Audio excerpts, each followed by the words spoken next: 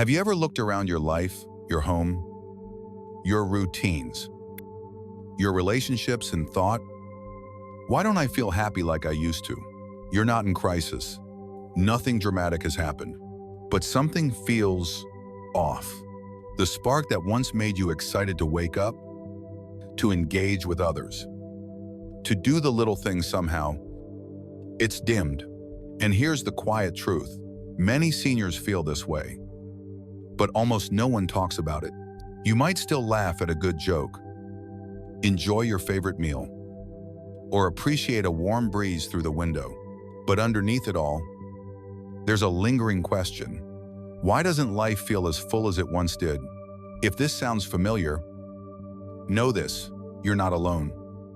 And you're not doing anything wrong. You're not giving up. You're not just getting old. What you may be experiencing is something deeper. A quiet, psychological shift that often happens with age. And once you understand it, you can begin to meet yourself with more kindness, clarity, and even healing. In today's video, we'll explore 5 honest and powerful psychological reasons why life might not feel as joyful as it used to, and why that's completely normal. Some of these reasons may surprise you. Others might feel like they've been living in your heart for years. Either way, by the end of this, you'll walk away with a little more peace and maybe even a new way to reconnect with what brings you quiet joy. Let's begin. If you've been feeling like life has lost some of its color, please know you are far from alone. In fact, many older adults, people in their 60 seconds, 70 seconds, even 80 segundo experience a quiet, hard to express change in how they relate to joy. They may still do the same activities, go for walks, talk with loved ones, cook favorite meals, but something inside feels different. This shift is rarely sudden. It often happens little by little. You might first notice that music doesn't move you like it used to. That laughter feels more distant. That holidays come and go. And while you're grateful, the joy feels keener, like it's behind a window. Psychologists say this is not necessarily depression or sadness. It's often the result of deeper psychological transitions that occur in later life. As we grow older, we begin to reflect more, slow down internally, and feel things with more depth, but also with more caution. We process the world differently than we did at 40 or 50, and that's perfectly natural. What makes this hard is that few people talk about it. Friends may assume you're fine. Family may say, you just need to get out more. But what if you're not just bored? What if what you're experiencing is something more meaningful? Something rooted in experience, loss, wisdom, or even self-protection? That's why today's conversation matters. Understanding the psychological reasons behind this shift can help you reconnect with your current self without judgment. Instead of trying to cheer up, you can begin to listen to what your inner world is telling you. There is no shame in feeling different than before. Joy doesn't have to look like it did in your younger years. It can evolve, become quieter, deeper, and more personal. In the next section, we'll explore 5 psychological reasons this change may be happening and how recognizing them can be the first step toward rediscovering joy in the way it fits your life now. For many seniors, life has been a long journey of giving. You've given your time, your strength, your love. You've shown up for your children, your spouse, your parents, your job, your community. You've held everything together, quietly, faithfully, for decades. And maybe no one ever told you this, but that kind of constant giving comes at a cost.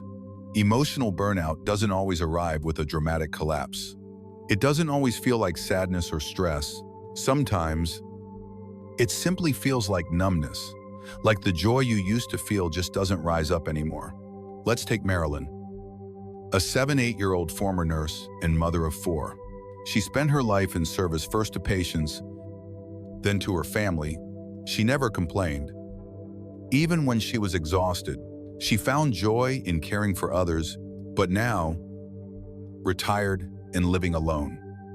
She admits something that surprises even herself. I feel like I'm running on empty. I don't know how to enjoy things anymore. What Marilyn is feeling isn't weakness. It's not depression. It's emotional depletion, the quiet after a lifetime of being strong for everyone else. When you give and give without pausing to refill your own emotional tank, you eventually run dry, and when that happens, even the good things in life stop feeling good. Laughter doesn't land. Hobbies lose their spark. Conversations feel like effort instead of connection.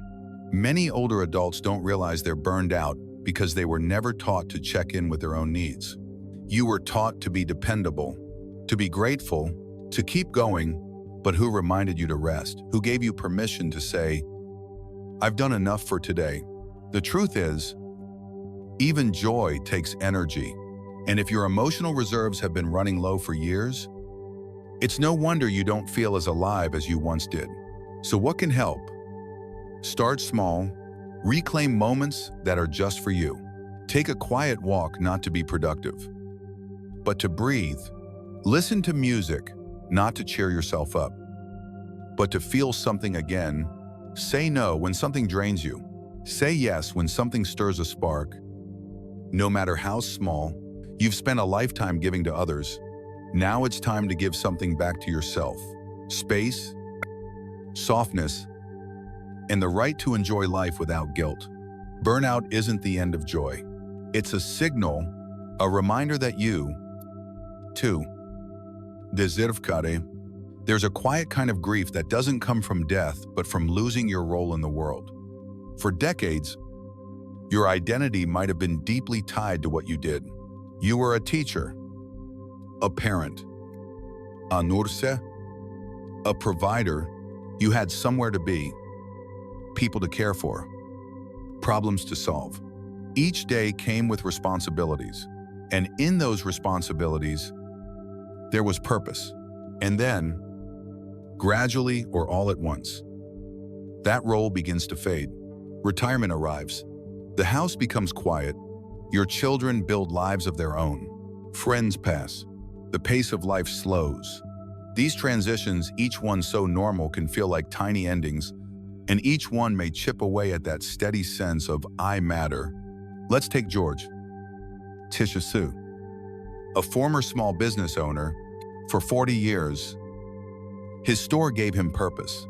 He served his community, fixed what was broken, greeted customers by name, but after selling the shop and retiring, George said something deeply honest. I don't know who I am anymore. I used to matter. Now, I'm not sure. That sentence reflects what many older adults quietly feel.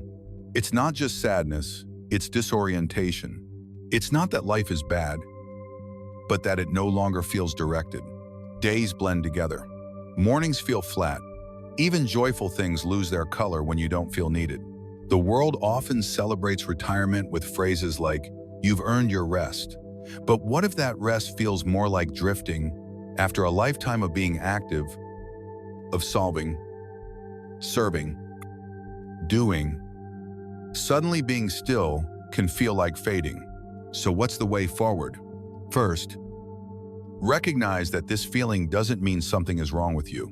It simply means something is shifting. You are not losing value, you are entering a new chapter. But every new chapter asks us to rewrite our role.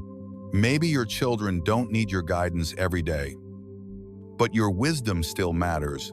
Maybe you're not running a business anymore, but your insight still holds weight. Maybe your circle is smaller, but your presence still has meaning. Purpose doesn't have to be loud. It doesn't have to be what it used to be. Sometimes, it's the choice to be kind to yourself today, to write down a memory, to call someone first, to notice something beautiful and say, "This matters to me." You don't have to chase a new identity. Instead, give yourself permission to redefine purpose as something gentle, something that fits who you are now, not who you used to be. You are not finished. You are not invisible. You are not fading. You are still here. And that still matters. Formatted into short, clean paragraphs. There's a kind of depression that doesn't look like sadness. You don't cry. You don't feel overwhelmed. You don't even feel like something is terribly wrong. Instead, you just stop feeling much of anything at all. This kind of depression can look like apathy, like you've simply lost interest in things. But in reality, it may be something deeper, a kind of emotional shutoff, where joy, excitement, and even sorrow feel distant, muted, and out of reach. It often sneaks in so slowly that you barely notice. At first, you skip a favorite hobby or put off a call. Then, little by little, the days start to blur together, and you catch yourself saying, I just don't care anymore. Take Ellen Tichalou. She used to paint every week and chat with her sister every Sunday. But over the past year, she stopped. When her daughter asked if she was okay, Ellen said, I guess I just don't enjoy those things anymore. It sounds harmless, but it's actually a quiet signal. Not caring isn't always a decision. Sometimes, it's the result of emotional numbness that depression leaves behind. Older adults are especially vulnerable to this form of hidden depression. After retirement, losing a spouse, health challenges, or ongoing isolation, it's easy to fall into a fog where everything feels like just going through the motions. And the tricky part is no one may notice you're not crying, you're still functioning, you're getting dressed, eating meals, even chatting with people, but inside, there's a heaviness, a flatness, a missing spark. People around you might say, you're just getting older, or you're tired, and that might be partly true. But it's also possible that you're quietly hurting in ways that are hard to explain. Statements like, I don't have energy for that, or I'm too old to care, might actually be ways your mind protects you from admitting I don't feel connected to life anymore. So how do you know if what you're feeling is aging or depression? The key difference is emotional connection. If you're pulling away from things that once brought you joy, not because you're physically unable, but because you just don't feel anything, it's time to pause and reflect. Ask yourself, when was the last time I truly looked forward to something? Do my days feel meaningful, or do they all feel the same? And here's the important part. This is not your fault. This isn't weakness. This isn't laziness. It's a very real, very human reaction to change, loss, and emotional fatigue. The good news is, this kind of depression is treatable. Even in later life, you don't need to snap out of it. You just need to begin reconnecting to life in small, safe ways. That might mean talking honestly with someone you trust, mentioning these feelings to your doctor, doing just one thing a day that reminds you of who you are, a favorite song, a photo album, a gentle walk, a warm cup of tea in the sun. You are not alone in this. And while joy may feel far away right now, it hasn't disappeared. It may return slowly, quietly, like the first light after a long night. Not all pain screams. Sometimes it whispers, and sometimes hearing that whisper and gently responding is where healing begins. Grief isn't always loud or dramatic. It doesn't always arrive with sobbing or heartbreak. Sometimes it's quiet, subtle, almost invisible. As we get older, grief doesn't come at once. It builds over time. A friend passes, then a neighbor moves away, then a pet dies, your body changes. Favorite place closed down. A hobby becomes too difficult. A routine quietly disappears. Each individual loss might feel manageable. You carry on, you adjust, but slowly, these small losses start to add up. Not all at once, but gradually, like a slow trickle of water into a cup. And one day, the cup overflows, and you're left feeling heavy, tired, maybe even empty. This is what we call accumulated grief, a quiet, growing sadness from years of unspoken goodbyes. Unfortunately, the world doesn't always make space for this kind of grief. People notice the big losses, a death in the family, a serious illness, but they rarely see the small abraver. Constant things you lose along the way, the friend who stops calling, the daily walk that's no longer possible. In the garden tools you've put away for good, let's talk about Marjorie. Bashar, she lost her sister, her closest friend, and her dog, all within a few years. She also had to stop gardening due to her arthritis. Her bridge group stopped meeting. No one event broke her, but something in her spirit dimmed. "I'm not sad," she said once. "I'm just tired in a way. I can't explain. That kind of tiredness isn't just physical, it's emotional. It's the weariness of carrying too many unspoken losses. Many older adults don't allow themselves to grieve openly. They're used to being strong. They've lived through war, hardship, family responsibilities. So when sadness shows up, they push it aside. They say things like, "That's life," or "I have to keep going," or "Others have it worse." And while those things may be true, they don't make the grief go away. Instead, it gets buried deeper, quiet, unseen, but still there.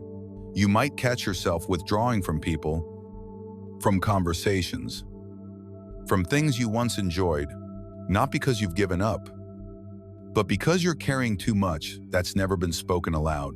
You may even feel numb or disconnected from joy. You smile for others, but inside, there's a kind of fog you can't shake.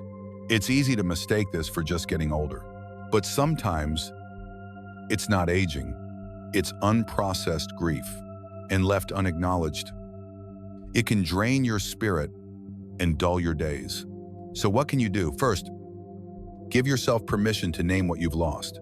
Not just people, but routines, abilities, places, roles. Say them out loud. Write them down. Tell someone you trust. You might say, "I miss sitting in the garden. I miss the sound of my friend's voice.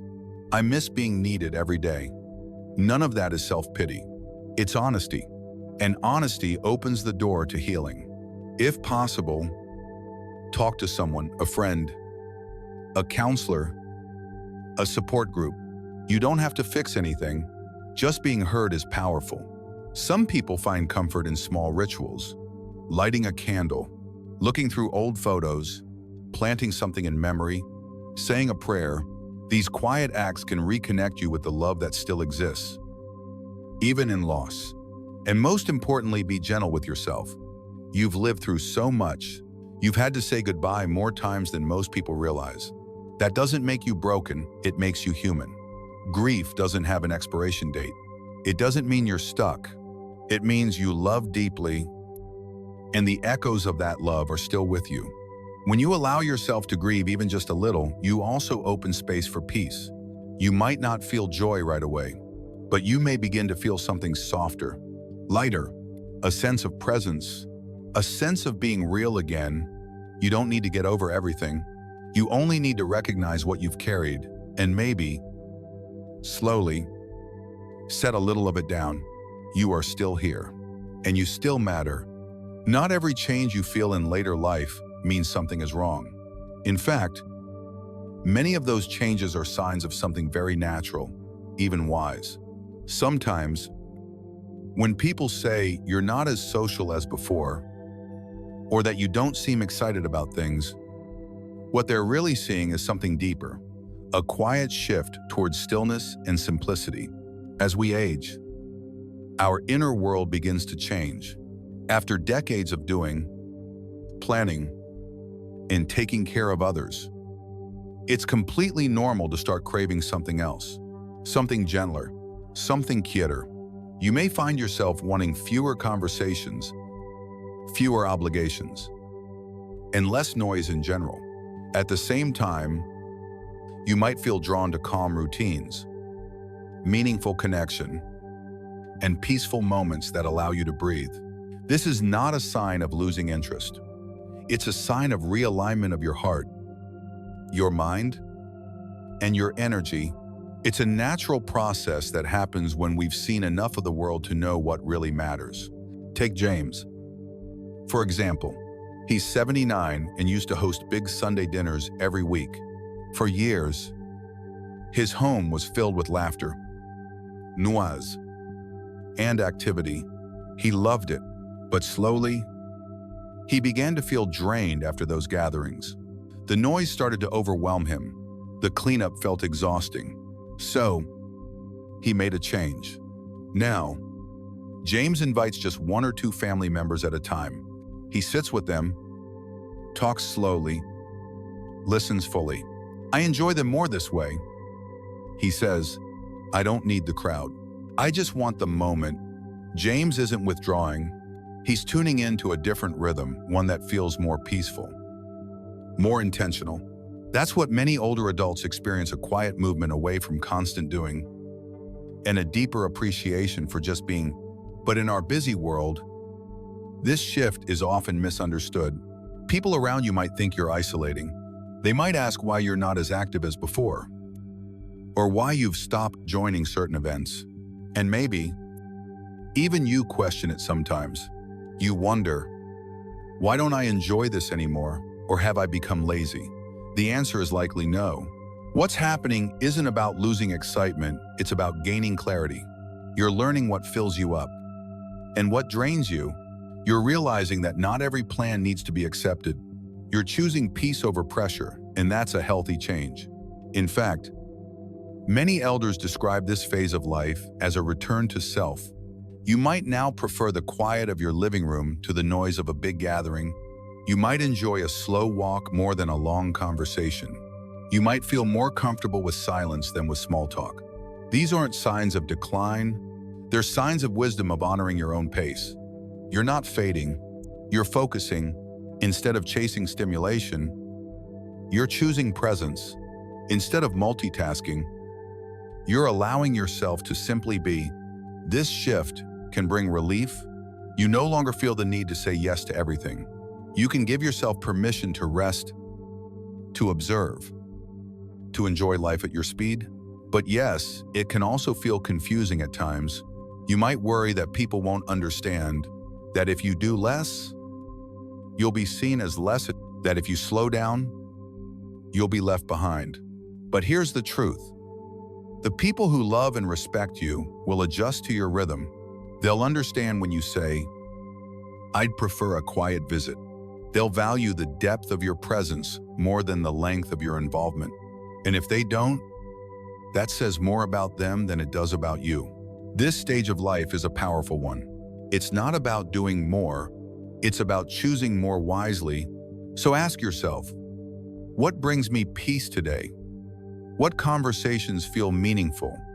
What activities make me feel whole, not just busy?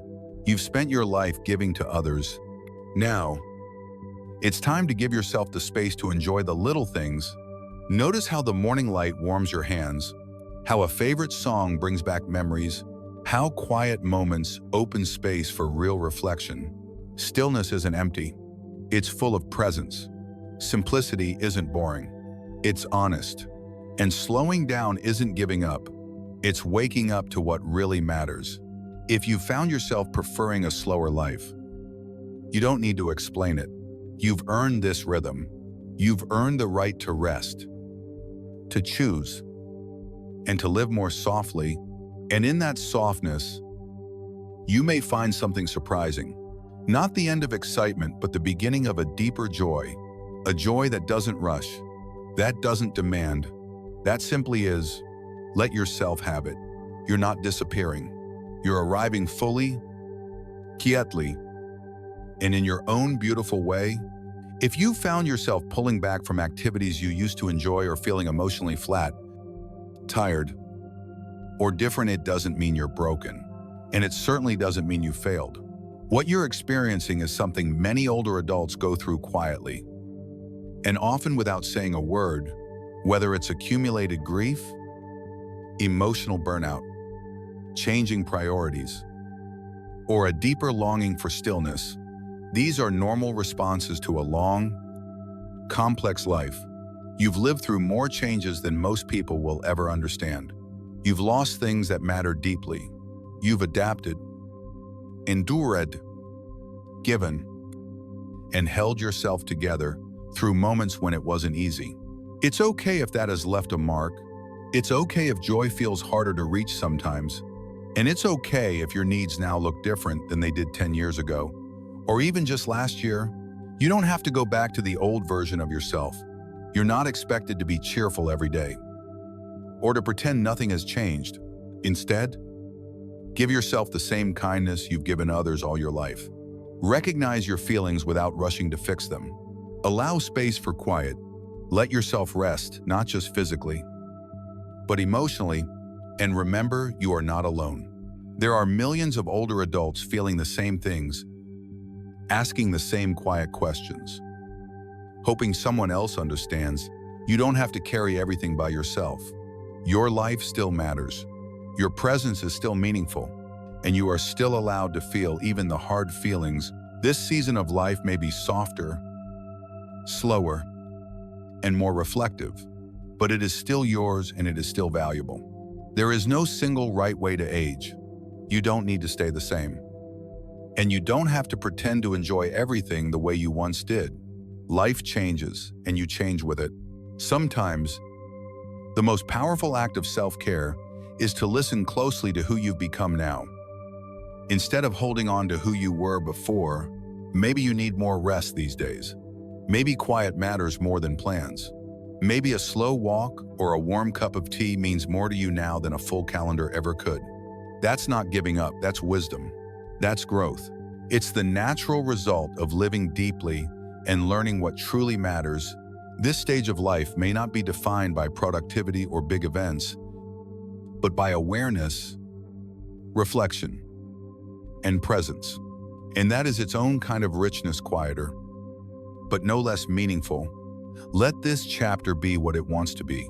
Slower, softer, simpler, and deeply yours. You're not falling behind, you're moving inward. You're not disappearing, you're becoming more fully present in a way that only time and experience can allow. This is your time to live with clarity and peace, to let go of expectations, to embrace your own rhythm. There is still so much beauty here, waiting to be noticed, not in the rush, but in the stillness. The truth is, your life didn't stop when things slowed down. It simply entered a new chapter. And just because this chapter feels quieter or less busy, doesn't make it any less meaningful. In fact, it might be the part where all the lessons, losses, and joys of your past begin to settle into something deeper wisdom. So take your time, let yourself feel what you feel. Rest when you need to. Say yes only to what truly matters. You no longer need to prove anything. Your presence is enough. This version of you, softer, slower, more reflective, is not less than before.